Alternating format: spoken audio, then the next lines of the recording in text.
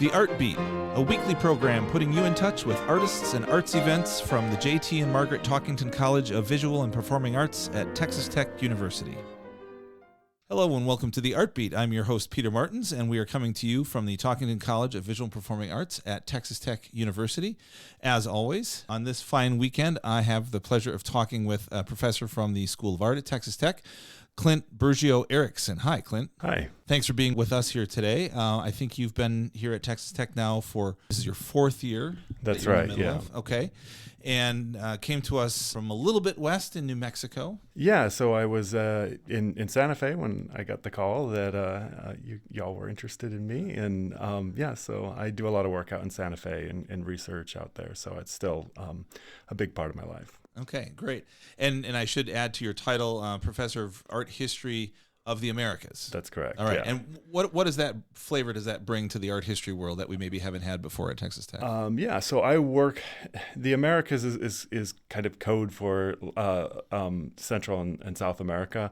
So I was trained in Latin American art history, but one thing I quickly learned in studying Latin American art history was that you really can't separate those stories from indigenous art histories. And so what I ended up doing is kind of specializing in both indigenous and Latin American art histories, and that's basically hemispheric wide. So I also work with contemporary native artists from North America and being often in Santa Fe and Albuquerque is a great place to do that, but we're also very close to Oklahoma and Indian country there. And so this is actually a wonderful place to be situated to study those histories. Interesting. And is it the case, as I kind of infer from what you're saying, that some of these practices that we can still see people engaged in this part of the U.S. as well as Central and South America, that they are fairly directly connected to things that otherwise would only be in museums? I think what you're kind of asking about is what we might call traditional or customary arts. Sure. And so, native cultures are continuing living nations and peoples and artists today in all parts of the United States and throughout, Latin America as well. And so there are artists who continue to do these practices that are really based in cultural histories. They're living traditions, so they continue to innovate on them and develop them, but they're also in dialogue with what their ancestors did.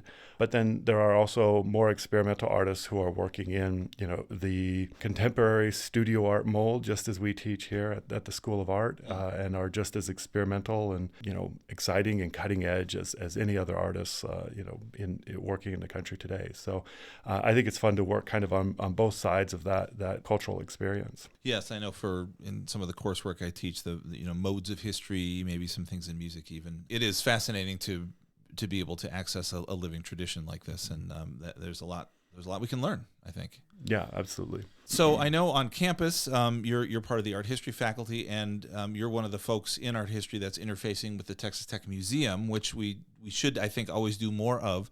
Tell us about the collaboration you've been able to start there and how you bring some things in contact with students. Yeah, so I have the good fortune of being a research associate at the museum as well. So I work really closely with them and their collections. Just by chance, when I got here, they were also hiring a new art curator, Tracy Robertson. We started at the same time. And one of the things that has been an item of interest recently is trying to figure out how to reinstall and update the DeKemper Gallery, which is a collection that has been on exhibit since the 1980s when it was donated by the late Ray and Lou DeKemper. The collection itself is about 200 pieces from what might be broadly called the intermediate region or the Istmo-Colombian region. That's Panama, Costa Rica, Colombia, Ecuador, pre-contact or pre-Columbian arts. They've been on display since then. There's some issues with some inaccurate information in the exhibits that are up and just like outdated information. And so, Tracy was not a specialist in this. She works primarily in contemporary art. And so she asked me if I would come on board and help with that. Oh, okay. And so we have been exploring that collection, trying to understand it better. And one of the things that has been very exciting about it, that it created the opportunity to establish what we're calling the School of Art History Lab. And we're using a collaborative scientific model like many other fields do. We have an art history lab that we've established, and the museum has been generous enough to lend us pieces from the DeKemper collection, which we bring to the School of Art, and we work with them hands-on with our students so that they can receive training and how to look at and describe and analyze and think about works of art in this very kind of hands-on way. And that allows us the time and the resources to do a more in-depth analysis of those collections, trying to figure out what's there. You know, one of the challenges with working with Latin American antiquities broadly is, on the one hand, many things are often looted. They come from what we might say is unregulated excavations. That's the polite word for it, huh? Yeah. That enter the antiquities trade often without any contextual information, any background. And so that's one concern that is always an issue. The other is fakes. There's a huge industry in replicating, we might say, unacknowledged replicas of indigenous antiquities that enter the antiquities trade. Lots of people own these things and they think that they own authentic, ancient works of art, and they're not. They're 20th century, 21st century now replicas, recreations. And many museums have large amounts of these pieces. So, for example, a study of the Met's collection found that about 30% of their collection was fake. You're kidding. Wow. Nope. That's a huge number. If the Met has that problem, right. collections like this one obviously require more attention and trying to understand what we have before we reinstall it, before we publish it, just to try to make sure that we're putting out accurate information. So is this kind of a long-term goal to maybe have a new catalog, maybe a new feature exhibit or something like that? Yeah, that's what we're moving towards. Once we've kind of figured out what is appropriate to exhibit and how we're going to develop a new thematic exhibit that will hopefully bring some life to the collection, make it exciting, interesting for students, community members. It turns out we have a lot of Colombian students, and that's a collection that would be of interest to them, we think. And just towards indigenous art histories as a whole, like we actually have a really important collection here, and we want to try to showcase it in ways that it deserves. So I imagine that sometimes this work, especially if you get into the realm of unauthorized or unacknowledged replicas, I can't remember the euphemism you used, but have you run into any of this so far with the DeKemper collection? And is that, if we don't talk about that very much, that's fine, because I understand it's sensitive, but... Yeah, I mean, there's always sensitivities around this, but I think it's good to kind of get people comfortable with that idea, because in fact it happens in all collections. And it's partly a result of the fact that museums have a lot on their plates, and they can't have experts in every area all the time. And so there are going to be things that are donated to museums that are not what they are thought to be. And so this is an opportunity to really, work with our students, train them in those areas, and to better understand the collections ourselves. Now, I would say, there's this kind of thought, well, okay, it's fake, so it's without value. And I actually feel quite the opposite. First of all, these are pieces that are made by artists. They're made by living artists today who don't get credit and often don't get, financially reimbursed for the things that they make, at least not in an equitable way. And so in many ways, I think it's important to talk honestly about the fact that these replicas are a significant part of the antiquities trade, and they're a significant part of museum collections. And they tell us something about ourselves and the people who want to collect these things and the things that we value and seek out in indigenous art histories and in tourist art and in, keepsakes and souvenirs and all the things that we cling to. And so I see a lot of value in replicas and kind of want to bring them out of the shadows. It's also very valuable because I need a few replicas so that I can teach students how to find them. And if I don't have some fakes in the collection, then the collection isn't as useful to me. Interesting. And so, we have found pieces that clearly are replicas. And I'm not going to tip my hand to which ones those are right now because we're still in the process of investigating this. But there definitely were a few. We're actually quite fortunate in that it's a relatively low percentage. I think, amongst other things, we had Julia Burtonshaw, who's the curator of the Americas at the Los Angeles County Museum of Art. She came out a year ago and helped us kind of initially assess the collection to decide if it was worth the time to do this project. Oh, interesting. And so that kind of got us started. And right now, I'd say We are probably at about a third of the pieces we're very confident are authentic. And by authentic, I mean they come from the culture and the time period that they purport to represent. Gotcha. They're actual ancient indigenous works of art. There's about a third of the collection that is fairly suspect, problematic. We can look at it fairly quickly and say, yeah, okay, there's problems with these pieces. Doesn't necessarily mean that they're entirely inauthentic. They might be a pastiche made with actual artifacts that then have been like dressed up to make them look better. Okay, that's another realm of kind of the replication game, I guess. Yeah, making things better than they would be as they were. More sellable than they were. Yeah. Okay. Yeah, more interesting to collectors. And then there's the third, so to speak, is kind of that middle ground where we just need to do more testing and we need to kind of figure out other ways to try to understand what's going on with those pieces. We've done some very interesting tests. We've used what's called X-ray fluorescence on a number of the artifacts. This is basically looks like the kind of like checkout scanner when you go to Walmart and they kind of read your barcodes. Okay. It's a device like that, but it zaps the surface of an artifact with radiation and then reads the spectra of reflected energy from the surface.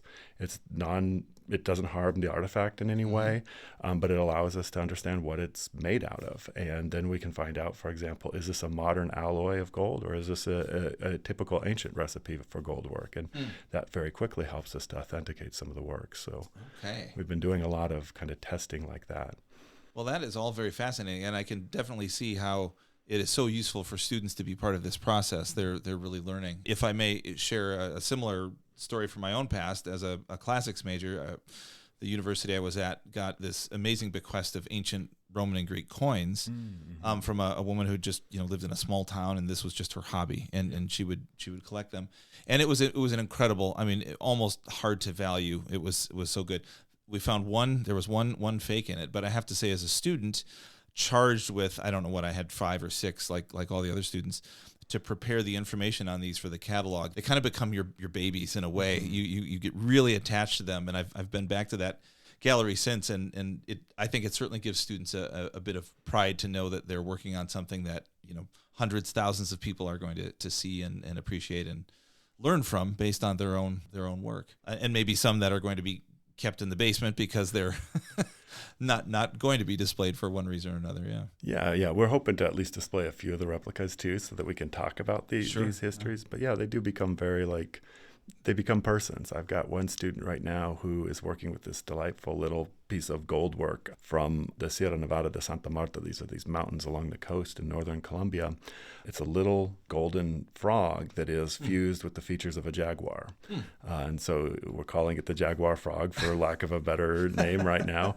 And his research paper for the semester is a first-person narrative of the life of that frog from its creation until its present residing in the museum, but using kind of that speculative fiction as a way of opening up and trying to understand the piece and all of these like dimensions of authenticity and usage and the provenance history as it comes into the collection, and dramatizing them in a way that will be accessible to everyday readers. Yeah, great. So some creativity in the research side, right? We kind of think of the two things as separate often in our college, right? Research and creative activity, they're two separate things, but I'm glad to hear that they're able to be wed in some of these projects. Wonderful. So in our closing little bit here, you have had some experience with the School of Art exhibit that's heading to Mexico City. Yeah, that's right. I co-curated that show. It's a show of our both undergraduate and graduate students, and it's going to be exhibited at CENART, the Centro Nacional de las Artes in Coyoacán, which is the premier arts institution in Latin America. Right. So we're very fortunate and overjoyed to be able to participate in this and honored by this. But yeah, so I worked with, we have 10 grad students, MFA students, who have work in that show, and I worked with Professor Guy to design the show and create the catalog and the catalog essay, and create themes that would kind of unite all these diverse works and really showcase the best work coming from our students right now. Great, and I think our audience, you can stay tuned for a recap of that show that'll happen in probably about a month on one of our weekends here with someone that was down there and can bring back the responses and the reactions to that. So thank you for your work on that, putting that together. We've had a lot of traffic back and forth between CenArt and Texas Tech this fall already, and it's a fantastic collaboration. So glad you were a part of it, and it's been our pleasure to talk to you today. Klint Burgio-Ericson from the School of Art at Texas Tech. Best of luck figuring out where all the old stuff is from and whether it's old stuff or not, I guess. Yeah, and come out and see the museum and see the exhibition as it is right now. And then in a couple of years, you can see it as it's reinstalled, and hopefully we'll be able to do some exciting new things with that. Great. Thank you so much. Thank you. Bye-bye. The Art Beat, a weekly program putting you in touch with artists and arts events from the J.T. and Margaret Talkington College of Visual and Performing Arts at Texas Tech University.